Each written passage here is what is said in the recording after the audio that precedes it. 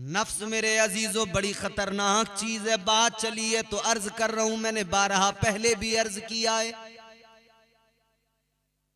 ये नफ्स बड़ी खतरनाक चीज है। अल्लाह ने कुरान मजीद के अंदर नफ्स का जिक्र किया। ये नफ्स की एक किस्म होती है नफ्स अम्मारा। हर मोमिन हर काफिर के पास है, हमेशा गुनाहों की तरफ लेके जाएगा, गुनाहों की रग़बत दिलाएगा। लेकिन जब बंदा नफ्स पे काबू पा ले, नफ्स अपनी मंजिलें तय करके आगे बढ़े, तो नफ्स नफ्स लव्वामा बन जाता है। नफ्स की एक मंजिल है, नफ्स नफ्स मुल्हिमा बन जाता है। फिर एक मंजिल आती है इस नफ्स की, नफ्स मुतमइन्ना, वो बड़ा एक अलग ही मामला हो जाता है।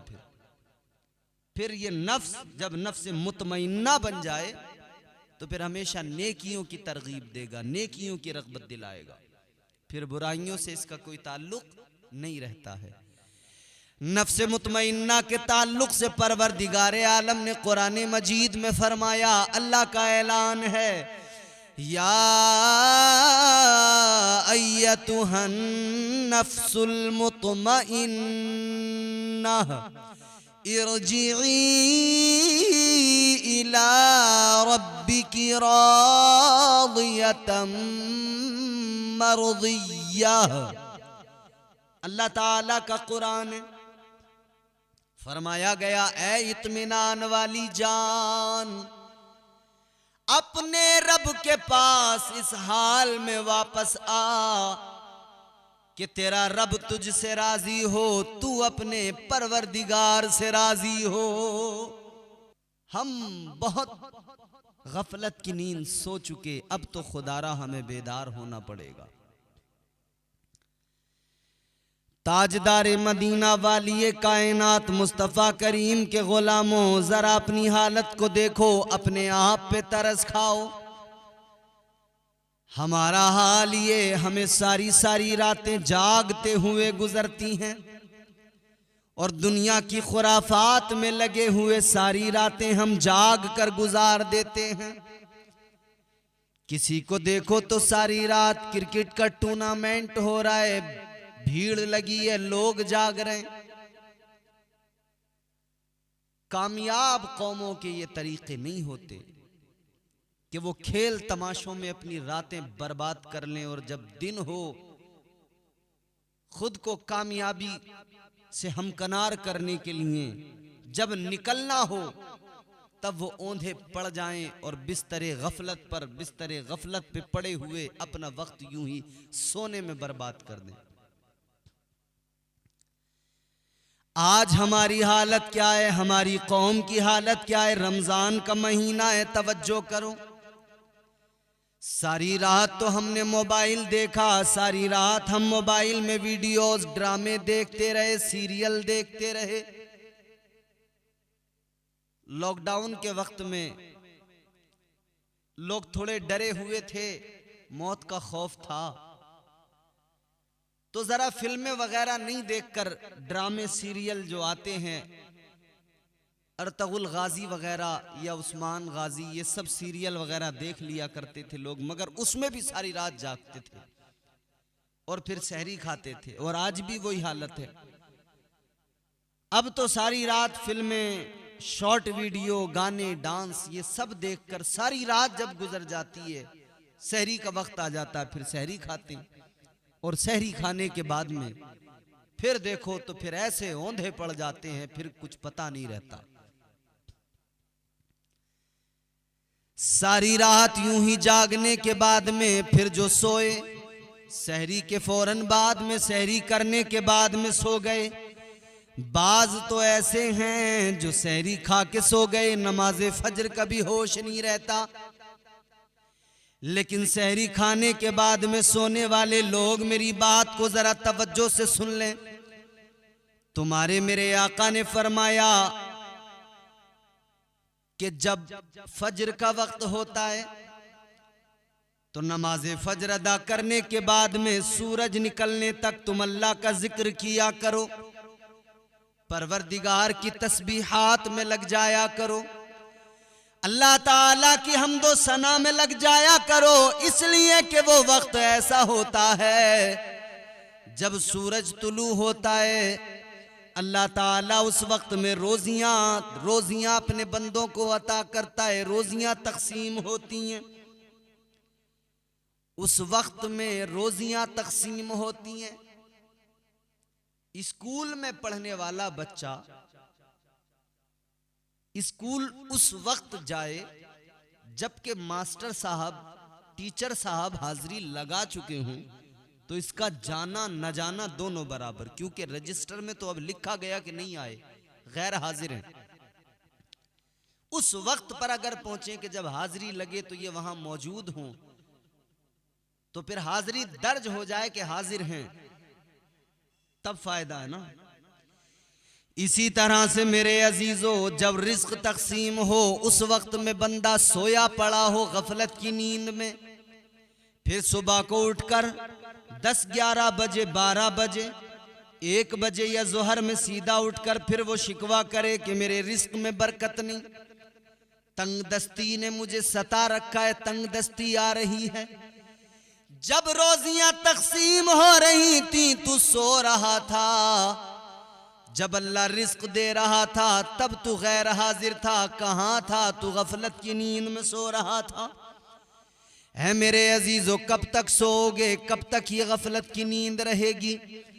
ताजदारे मदीना वाली ये कायनात मुस्तफ़ा करीम की प्यारी शहजादी जनाबे सैयदा हजरत फातिमतुज़ ज़हरा आप बयान फरमाती हैं कि एक मर्तबा में आराम कर रही थी कि मेरे मुस्तफ़ा का गुजर हुआ, फज्र का वक्त है, फज्र के बाद में हुजूर मेरे करीब से गुजरे तो आका ने मुझे पैर से हिलाकर जगाया, फरमाया फातिमा ये वक्त सोने का नहीं होता, इस वक्त में अपने दामन को रब के खजानों से भरना होता है, इस वक्त में रब की रहमतों से अपने दामनों को पुर करना होता है फातिमा। फरमाया मेरे आका ने फातिमा इस वक्त में अल्लाह रोजियां तकसीम करता है। तो वो वक्त ऐसा है कि जब परवरदिगार रोजियां तकसीम करता है, रिज्क बट रहा है, लेने वाला मौजूद ही नहीं है। जनाबे वाला यहां हुकूमतें 5 किलो राशन देती हैं, डीलर की दुकान पर जब राशन बंटता है, आप अगर वक्त पर नहीं पहुंचे, गैर हाजिर रहे और वक्त गुजर जाने के बाद में पहुंचे, तो वो कहेगा अब तो खत्म, आपको वक्त पर आना था, आज बट रहा है, आप आज ना जाकर कल जाएं, कहेगा साहब वो तो कल बट गया। तो जब बट रहा है राशन, उस वक्त में पहुंचना पड़ेगा, उस वक्त जाकर लेना पड़ेगा, वरना रह जाओगे। यहां राशन की दुकान पर बराबर टाइम से उठ कर जाते हो, यहां से 5 किलो लेना है तो बराबर टाइम पे जा रहे हो, और जो रिस्क अल्लाह ताला हकीकी तौर पे राज़िक परवरदिगार है, वो अता करने वाला है, जब वो परवरदिगार तकसीम फरमाता है, जब उसके फरिश्ते बांटते हैं, तब तुम गैर हाजिर होते हो, और फिर शिकवा किस्मत पर, तकदीर पर रोना रोना कि साहब क्या करें, हम तो बड़े गरीब हैं, मुफलिसी है, रिस्क में बरकत नहीं हो रही है। याद रखो मेरे अजीजों, अपनी जिंदगी को बदलो, तर्ज जिंदगानी को बदलना पड़ेगा, ख्वाब गफलत से बेदार होना पड़ेगा। खुदा के वास्ते जागो, कहीं ऐसा न हो खालिद, खुदा के वास्ते जागो, कहीं ऐसा न हो खालिद, तुम्हें फिर ख्वाब गफलत से जगाना मुश्किल हो जाए। वक्त पर जाग जाइए, होश के नाखून लीजिए, रब रोजियां तकसीम कर रहा है, तो ये सहरी खाते ही जो औंधे पड़ जाना या सो जाना, ये तरीका दुरुस्त नहीं है। अजीजा ने गिरामीउल कद्र, अब मसला रात का अगर हम देखें तो हमारा हाल यह है, रात भर हमारे नौजवान ने मोबाइल में फिल्म देखी है, रात भर उसने मोबाइल में वीडियोस देखी हैं, तो सुबह को कैसे आंखें खुलें? फिर तो खिड़कियां बंद होनी ही हैं। कितना अच्छा होता कि जो वक्त तूने मोबाइल में बर्बाद किया, उस वक्त में अगर तुझे नींद नहीं आ रही थी तो अल्लाह का जिक्र कर लेता, तू कुरान की तिलावत कर लेता, अल्लाह अल्लाह में अपना वक्त लगा देता। याद रहे मेरे अजीजों, तुम्हारे मेरे आका मदीने के सुल्तान ने जो तरीक़ेकार अता किया वो तरीक़ा सबसे बेहतर, आका की तालीम सबसे उम्दा, सबसे आला। ताजदारे मदीना की सीरत तैयबा को देखो, आका की सीरत पर अमल करो, सहाबा की सीरत को देखो, सहाबा के तरीक़ेकार देखो, उनकी जिंदगियों पे नजर डालो, फिर अपने आप को बदलो। मगर हमारा नफ्स हम पर इतना हावी हो गया है कि हम नफ्स के गुलाम हो चुके हैं, नफ्स के ताबे हो चुके हैं। हम अपने नफ्स के गुलाम हैं, हम अपनी शहवतों के गुलाम हैं, हम अपनी ख्वाहिशात के गुलाम हैं, हम अपनी तमाम तरिए, हमारा दिल दिमाग जो नफ्स के काबू में आ चुका है, जब हम इसके गुलाम हो गए तो फिर हमारे फैसले कैसे होंगे, हमारा अमल कैसा होगा, खुद सोच ले। हमारे असलाफ बुजुर्ग फरमाते हैं कि नफ्स जो है ना बड़ी खतरनाक चीज है। ये नफ्स जब इंसान के दिल पे काबू करता है तो फिर दिल वो दिल नहीं रहता जो मोहब्बत इलाही का शफाफ आईना होता है, जिसमें रब की मोहब्बत और इश्क हकीकी होता है। जब ये अक्ल पे गालिब आ जाता है ना नफ्स, तो फिर अक्ल सही फैसला नहीं देती, अच्छे बुरे का फिर फर्क समझ में नहीं आता। हजरत शेख सादी शिराजी अलैहि रहमा आप फरमाते हैं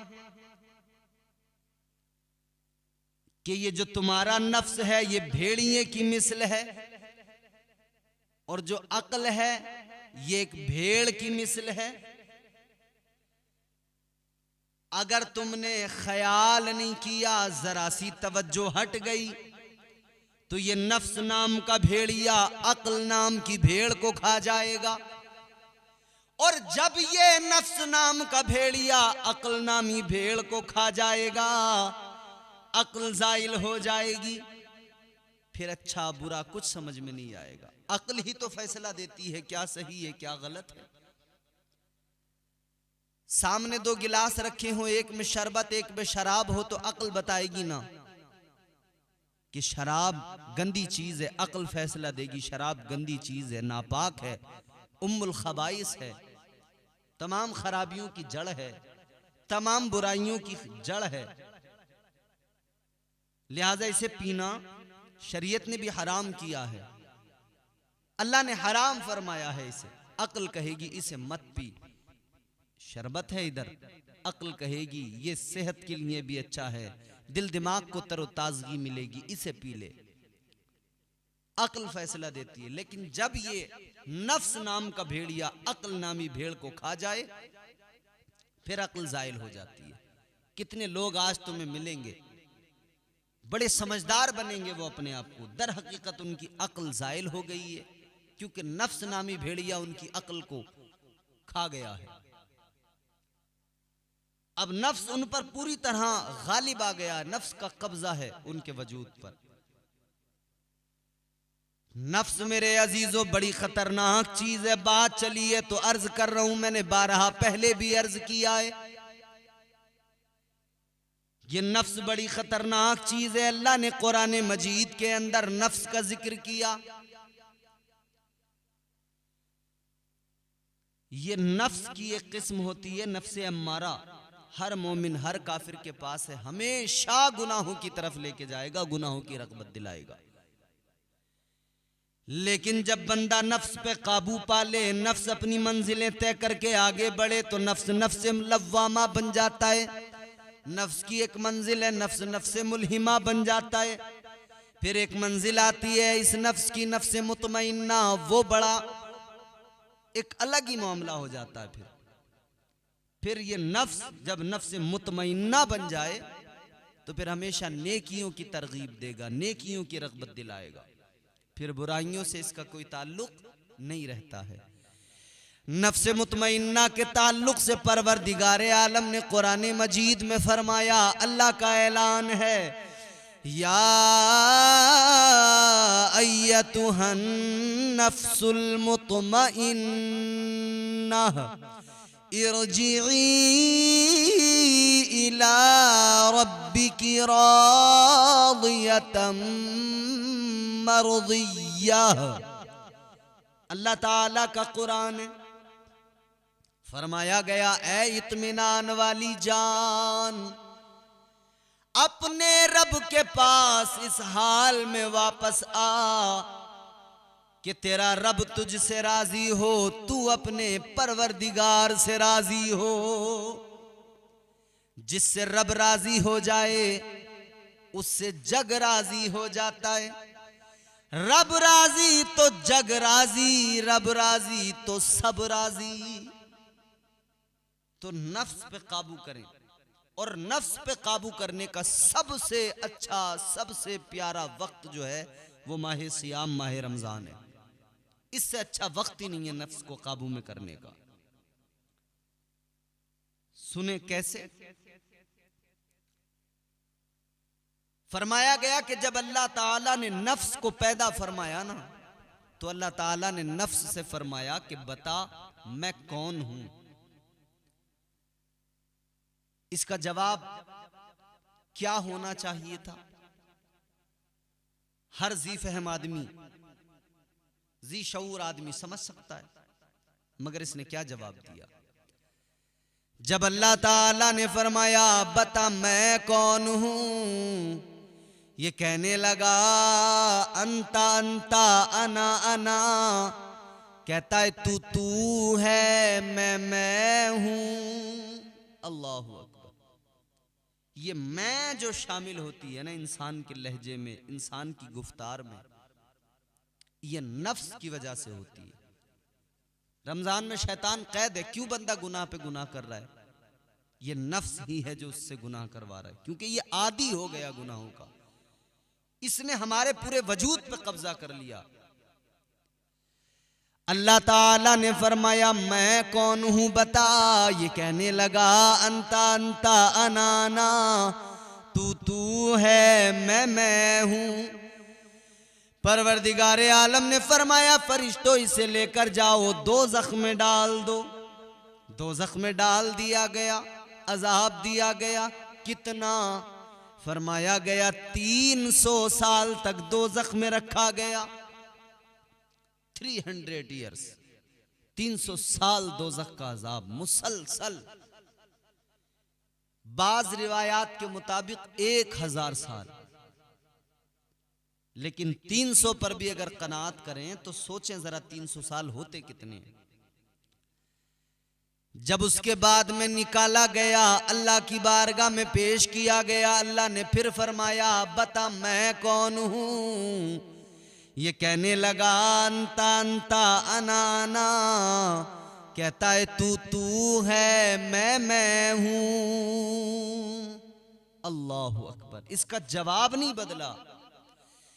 परवरदिगारे आलम फिर नाराज हुआ। अल्लाह ने फरमाया फरिश्तों ले जाओ दोज़ख में डाल दो।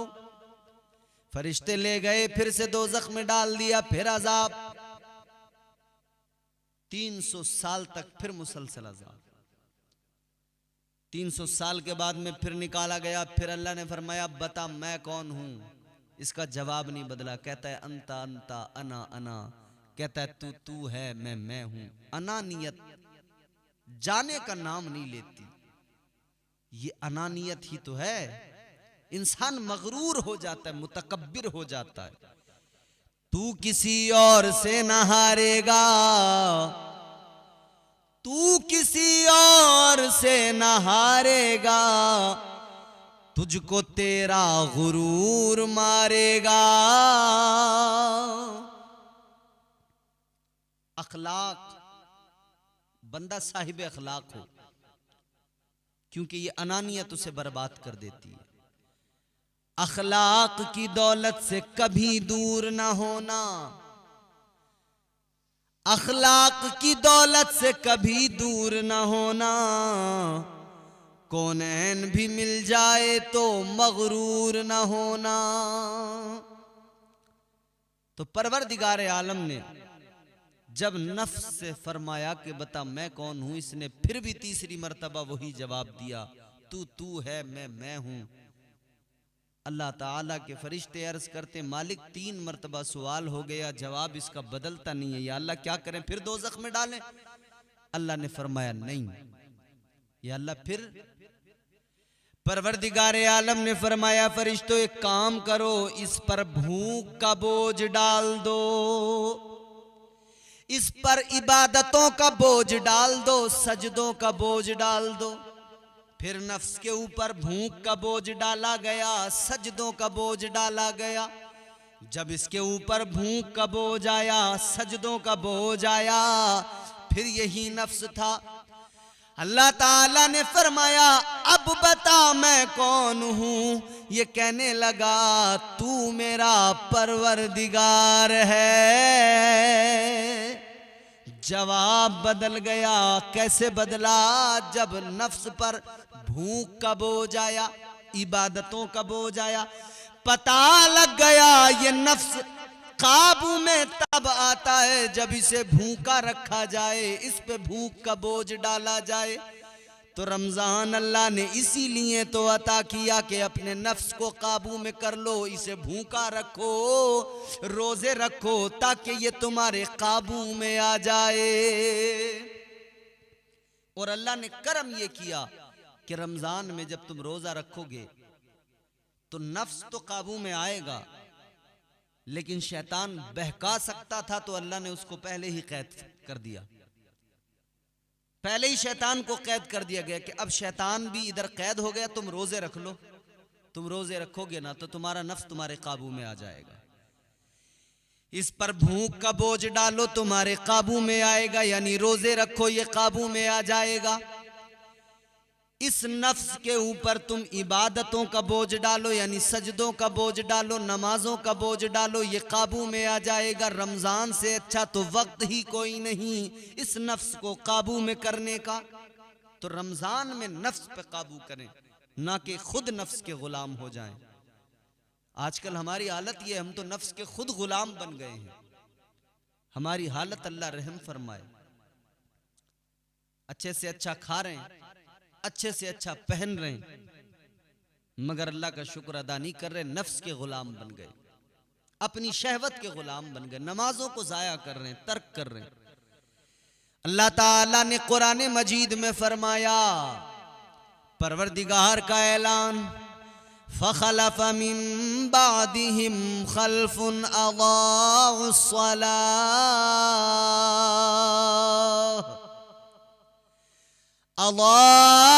सलात वत्तबउश शहवाति फसौफ यल्कौन गय्या।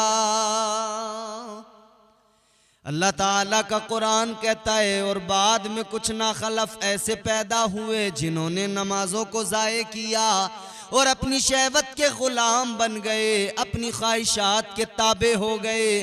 अल्लाह का कुरान कहता है, अन करीब उन लोगों को वादिये गई के अंदर डाला जाएगा। जहन्नम की सबसे खतरनाक वादी जिसे गई कहा जाता है, उसके अंदर। कितनी खतरनाक वादी है ये जहन्नम की वादी ये गई जिसे कहा जाता है। फरमाया गया, जब जहन्नम की आग सर्द पड़ने लगती है, ठंडी होने लगती है, तो एक सुई के सुराख के बराबर वादी गई को खोला जाता है। उसके अंदर से जब आग के शोले निकलते हैं, वो इतनी खतरनाक आग है कि सारे जहन्नम को, सारे दोज़ख को दोबारा से भड़का देती है। अल्लाहु अकबर। होश के नाखून ले मेरे भाई।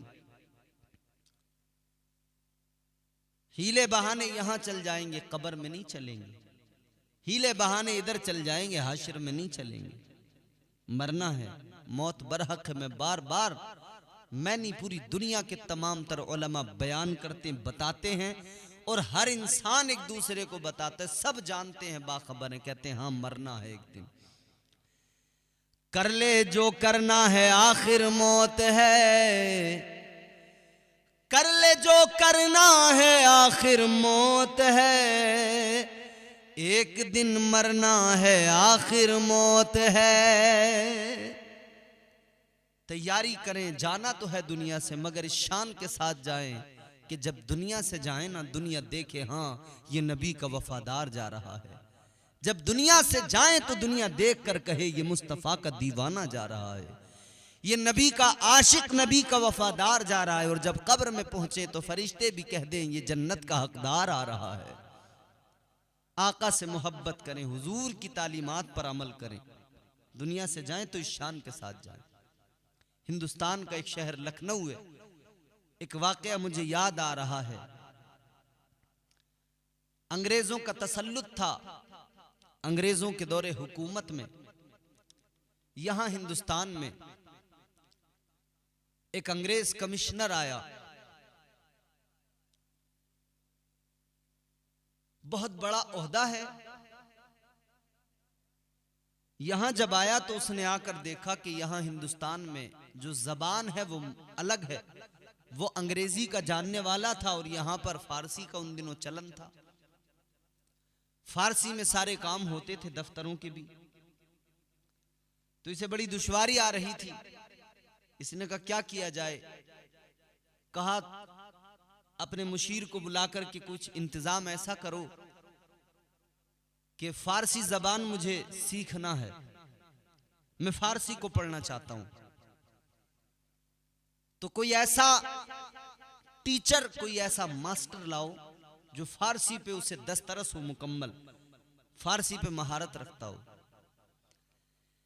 ऐ लोगों, उस वक्त में जो अंग्रेज को नाम बताया गया वो नाम किसका? एक अल्लाह वाले का नाम, हजरत मुल्ला सिराजुद्दीन रहमतुल्लाह अलैह बताया गया। वो सबसे बड़े फारसी दां, वो सबसे बड़े फारसी जानने वाले का वो अगर पढ़ा देंगे ना तो फिर याद रहे उन्हें बहुत महारत है जबान पर, वो अगर पढ़ा दें तो बात ही बन जाए। अंग्रेज ने कहा बुला लो उनको। पैगाम भेज दिया गया कि आपको बुलाया गया है, कोठी पर चले आइएगा। अल्लाह वाले ने फरमाया ठीक है आ जाएंगे। पहुंच गए। इसने कहा जी ट्यूशन पढ़ाना है, फारसी सिखा दो, क्या तनख्वाह होगी वो भी बता दो। अल्लाह वाले ने फरमाया तनख्वाह वनख्वाह छोड़, पढ़ा तो दूंगा मगर मेरी शराइत हैं वो माननी पड़ेगी। इसने कहा भाई शर्त क्या होगी आपकी? ऐ लोगों, हम जैसा कोई होता तो कहता कि मोटी पार्टी है, तनख्वाह अच्छी दे देगा, सोचता मोटा हाथ लगेगा। लेकिन अल्लाह वाले ने शर्त रखी तो क्या? अल्लाह के वली ने फरमाया सुनो, मुझे तुमसे कोई माल दौलत पैसा नहीं चाहिए, कोई सैलरी कोई तनख्वाह नहीं चाहिए, उजरत मुआवजा नहीं चाहिए। तो कहा क्या चाहिए? अल्लाह वाले ने फरमाया बस इतनी सी शर्त है, जब मैं तुम्हें पढ़ाने के लिए आऊंगा अगर नमाज का वक्त हो जाएगा तो मेरे लिए तुम्हें वुजू के पानी का इंतजाम करना पड़ेगा, मुसल्ले का बंदोबस्त करना पड़ेगा। नमाज का वक्त होगा तो मैं यहीं पे वुजू करूंगा, यहीं तुम्हारे घर पे नमाज भी पढ़ूंगा, और जब मेरा दिल चाहेगा मैं यहीं पे अल्लाह के कलाम यानी कुरान मजीद की तिलावत भी करूंगा। अब ये कमिश्नर सोचता है क्या किया जाए। सोचा चलो अपना काम निकालना है, पढ़ना है। सबसे बड़े जबान के माहिर यही हैं, अब पढ़ना है तो फिर इनकी शर्त माननी ही पड़ेगी। कहा ठीक है मैं मंजूर है। क्या जाएगा? वुजू कर लेना यहीं पर, इंतजाम सारा है, नमाज पढ़ लेना यहीं पर, कोई मसला नहीं है, मुसल्ला मंगवा दिया जाएगा। बात तय हो गई। इख्तिसार के साथ अर्ज करता हूं, बात तय हो गई। ये पढ़ाने के लिए आए, पढ़ाना शुरू कर दिया। नमाज का वक्त जैसे ही हुआ इन्होंने कहा पानी मंगाइए, पानी आ गया, मुसल्ला आ गया, वुजू किया, इन्होंने नमाज अदा की, पढ़ाते रहे। नमाज का वक्त होता नमाज पढ़ लेते, कुरान की तिलावत को जी चाहता कुरान पढ़ लेते। एक दिन ऐसा आया, इस अंग्रेज कमिश्नर की एक जवान बेटी थी, बड़ी खूबरू, बड़ी सादगी उसके अंदर। एक रोज वो अपने महल अपनी कोठी के अंदर उसका गुजर हो रहा था। उसने देखा कोई फकीर है, कोई बुजुर्ग है, कोई अल्लाह वाला है, मुसल्ला बिछा के नमाज पढ़ रहा है। इसे पता तो नहीं था कि ये कर क्या रहा है, मगर इसे वो तरीका अच्छा लगा नमाज पढ़ने का। इसे अच्छा लगा तो रुक कर देखने लगी। देखने लगी तो इसे पसंद आया। इसने देखा अल्लाह वाले को नमाज पढ़ते हुए, इसे अच्छा लगा, पसंद आया, देखती रही। इसने वो एक मर्तबा देखा, उसके बाद भी एक दो मर्तबा देखा। फिर अपने बाप से बोली, अब्बा ये जो बुजुर्ग, ये फकीर जो आते हैं, क्यों आते हैं? का बेटी मुझे फारसी पढ़ाने आते हैं। का अब्बा मैं भी पढ़ूंगी। का ठीक है पढ़ लेना, कह देंगे। कह दिया कि बेटी भी पढ़ेगी। अल्लाह वाले ने फरमाया पढ़ा लो, पर्दे के साथ में आए। का ठीक है, उसको भी पढ़ाने लगे। एक दिन जब ट्यूशन के लिए आए, नमाज का वक्त था, अल्लाह वाले ने नमाज अदा की। फिर जी चाह कुरान पढ़ लूं तो कुरान की तिलावत करने लगे। ये लड़की भी आई, इसने देखा कि अल्लाह का कुरान पढ़ा जा रहा है। इसे पता तो नहीं था है क्या, मगर सुना, कानों में आवाज पहुंची, कुरान कानों के रास्ते दिल में उतर गया, दिल में घर कर गया। सुना तो सुनती रह गई। अल्लाह वाले के करीब जाके बोली, ये क्या है जो आप पढ़ रहे हो? अल्लाह वाले ने फरमाया, बेटी ये जो मैं तिलावत कर रहा हूं, ये किसी दुनियादार का कलाम नहीं है, ये तो मेरे परवरदिगार का कलाम है। अल्लाह वाले ने फरमाया, ये तो मेरे परवरदिगार का कलाम है, मेरे मौला का कलाम है। इसने कहा जरा और सुनाओ। और सुनाए। कहती है और सुनाओ, और सुनाए। कहती है बड़ा अच्छा कलाम है, दिल को सुकून मिलता जा रहा है। अब इसने कुरान के बारे में जानना शुरू किया, इस्लाम के बारे में जानना शुरू किया, दीन आ गया दिल में। कहती है अल्लाह वाले, जब तुम्हारे रब का कलाम इतना प्यारा है तो वो परवरदिगार कितना प्यारा होगा। यकीनन मैं जान गई कलाम सच्चा उसी रब का है, और रब भी वही सच्चा, परवरदिगार भी वही सच्चा, और उसके पैगंबर भी सच्चे। लिहाजा देर ना करो, मुझे कलमा पढ़ाओ, मुसलमान बना लो। मुसलमान हो गई। अब इस्लाम की तालीम भी हासिल करने लगी, पैगंबर खुदा के बारे में जानने लगी, ताजदारे मदीना की सीरत पढ़ने भी लगी, सुनने भी लगी। सुनती गई, दिल में मोहब्बत आती गई, सुनती गई, दिल में प्यार मदीने वाले का आता गया। कहती है देखो अल्लाह वाले, मैंने कलमा तो पढ़ लिया, मगर मेरे बाप को नहीं बताना, मेरे घर में नहीं बताना, ये नाराज होंगे। का ठीक है। ये नमाजें भी पढ़ना सीख गई, कुरान भी पढ़ना सीख गई। कुरान भी पढ़ती थी, नमाज भी पढ़ती थी, हुजूर को याद करती थी, मदीना मदीना मदीना मदीना करती रहती थी, मदीना मदीना पुकारती रहती थी। इतनी मोहब्बत दिल में मदीने की आ गई। हर वक्त तमन्ना थी, या रसूल अल्लाह मदीना बुला लो, या रसूल अल्लाह मदीना बुला लो।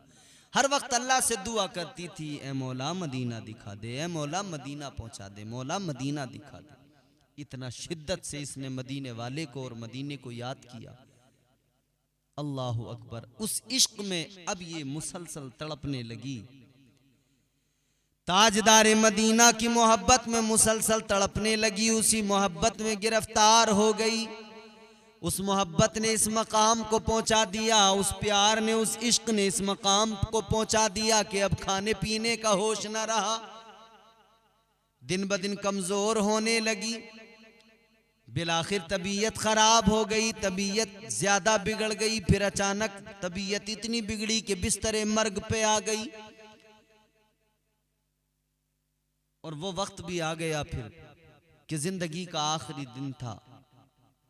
बाप की आंखों में आंसू, माँ की आंखों में आंसू, रिश्तेदारों की आंखों में आंसू, सब रो रहे थे। इसने कहा रो नहीं, एक काम कर दो मेरा। कहा क्या? का मेरे उस्ताद को बुला दो, हजरत मौलवी सिराजुद्दीन रहमतुल्लाह अलैह को बुला दो, उनसे चंद बातें मुझे करनी है।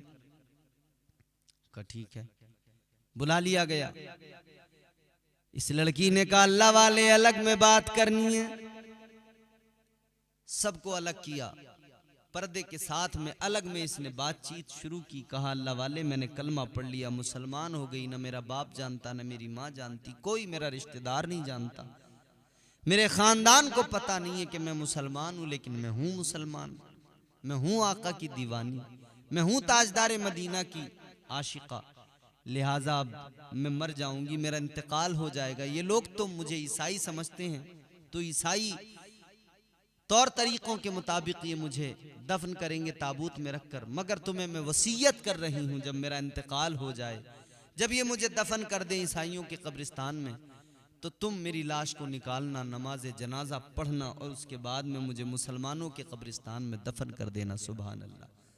इसने वसीयत कर दी। अल्लाह वाले ने फरमाया ठीक है बेटी, तेरी वसीयत पे अमल होगा। अब इसे सुकून मिला, अब ये तैयार हो गई जाने जाना के पास जाने के लिए। जिस्म से रूह निकल गई, दुनिया से रुखसत हो गई, इंतकाल हो गया। माँ बाप भाई बहन रिश्तेदार रोए, बिलाखिर रो धोकर फिर क्या किया, तदफीन का इंतजाम किया गया। अब इन्होंने ईसाई मजहब के तौर तरीकों के मुताबिक इसको एक ताबूत में इसकी लाश को रखा और फिर ईसाइयों के कब्रिस्तान में दफन कर दिया। अल्लाह वाला भी साथ गया और कब्रिस्तान में जिस कब्र में इसे रखा गया उस कब्र पर निशान लगा के वापस आ गए। रात का सन्नाटा हुआ, अपने खादिम को साथ लेकर कहते हैं चलो एक बहुत बड़ा काम करना है, उस अल्लाह की बंदी की लाश को निकालना है, उसकी नमाज जनाजा पढ़ना है, फिर उसे मुसलमानों के कब्रिस्तान में दफन करना है, उसकी वसीयत पर अमल करना है। रात के सन्नाटे में निकल पड़े और उस कब्र पे पहुंच गए जिस पे निशान लगाया था। अब जैसी कब्र की मिट्टी हटाई, ताबूत बाहर निकाला और खोल कर देखा तो हैरान रह गए। उसके अंदर लड़की की लाश नहीं थी, ताबूत में किसी मर्द की लाश थी। हैरान परेशान, ये कौन है? एक खादिम जो साथ में था ना, उसने आगे बढ़ के देखा कि हुजूर इसे तो मैं जानता हूं, ये आदमी कौन है? का कौन है? का ये फला आदमी है, बनारस का रहने वाला। का अच्छा। फरमाया तो चलो इसकी लाश को वापस यहीं पर रख दो और जहां इसे दफन किया गया होगा, जहां का ये रहने वाला है, वहां चलो। पहुंच गए, वहां जाकर इसके मुतालिक मालूमात हासिल की। लोगों ने बताया हाँ उनका इंतकाल हो गया, कल ही उन्हें फला कब्रिस्तान में दफन किया गया है। तो एक इंसान से कहा कि तुम हमें कब्र बता सकते हो, दिखा सकते हो? का बिल्कुल।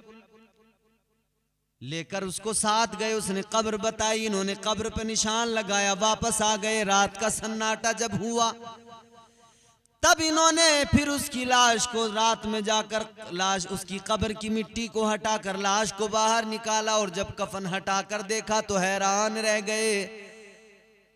इस कब्र के अंदर भी जो लाश मिली वो लड़की की नहीं बल्कि किसी और मर्द की लाश है। बिलाखिर इन्होंने उसको भी वापस कपड़ा ढका और कब्र में रखा लाश को और मिट्टी चढ़ा के बैठ गए। सोचने लगे सर पकड़ के, अल्लाह माजरा क्या है? जरा सी आंख लगी, लड़की ख्वाब में आ गई, मुस्कुराती हुई सलाम करती है। आपने सलाम का जवाब दिया। कहने लगी क्या हुआ? फरमाने लगे बेटा तेरी लाश को देख रहा हूं, तुझसे वादा किया था तेरी वसीयत पे अमल करूंगा, तेरी वसीयत पे अमल करना था, इसीलिए अब मैं तेरी लाश को तलाश कर रहा हूं लेकिन मिल नहीं पा रही है। ये लड़की मुस्कुरा के बोली है अल्लाह वाले कहां से मिलेगी? का क्या हुआ? कहने लगी पहली कब्र में जो तुम्हें मिला वो रहने वाला यहां का था, लेकिन उसे मेरी कब्र में इसलिए पहुंचाया गया कि रहता तो यहां बनारस में था, मगर अंग्रेज बड़े पसंद थे, अंग्रेजों का तरीका बड़ा पसंद था। वही पतलून पहनता था, वही टोपी सर पे लगाता था, वही लिबास पहनता था, उनके कल्चर को अपनाता था, उनकी तहजीब को अपनाता था। कहती है इसने सारी जिंदगी अंग्रेजों की तहजीब को अपनाया। जब मरा तो फरिश्तों ने इसकी लाश को, मेरी लाश को उस कब्र से निकालकर, उस ताबूत से निकालकर इसकी लाश को उसमें रख दिया और इसे जो है उस कब्र में डाल दिया गया। अल्लाह वाले ने फरमाया बेटी ये तो समझ में आ गया, तो फिर तेरी लाश यहां होनी चाहिए थी इसकी कब्र में। ये कौन है? कहने लगी ये तो रहने वाला हिंदुस्तान का है ही नहीं। का कहां का रहने वाला है? का ये तो रहने वाला अरब का है। कहां का? अरब का रहने वाला है। कई अरब का रहने वाला है, मगर रहता अरब में था, रहता हिजाज में था। तहजीब हिंदुस्तान की पसंद थी, कल्चर हिंदुस्तान का पसंद था। तो यहां के जैसे सारे मामलात थे, यहां के जैसा इसका रहन सहन, तमाम चीजें थी। तो सारी जिंदगी हिंदुस्तान के कल्चर की मोहब्बत में गुजार दी। जब मरा तो अल्लाह ने फरिश्तों को हुक्म दिया, इसकी लाश को निकालो। जन्नतुल बकी में दफन हुआ था, मगर वहां से इसकी लाश को निकाल कर इसे हिंदुस्तान पहुंचाया गया और इस कब्र के अंदर इसको रख दिया गया। अल्लाह वाले हैरान हुए, मगर आगे फरमाया कि बेटी ये तो समझ में आ गया, मगर ये तो बता कि तेरी लाश का क्या हुआ। हमें तो तुझसे सरोकार है, तेरी नमाज जनाजा पढ़नी है।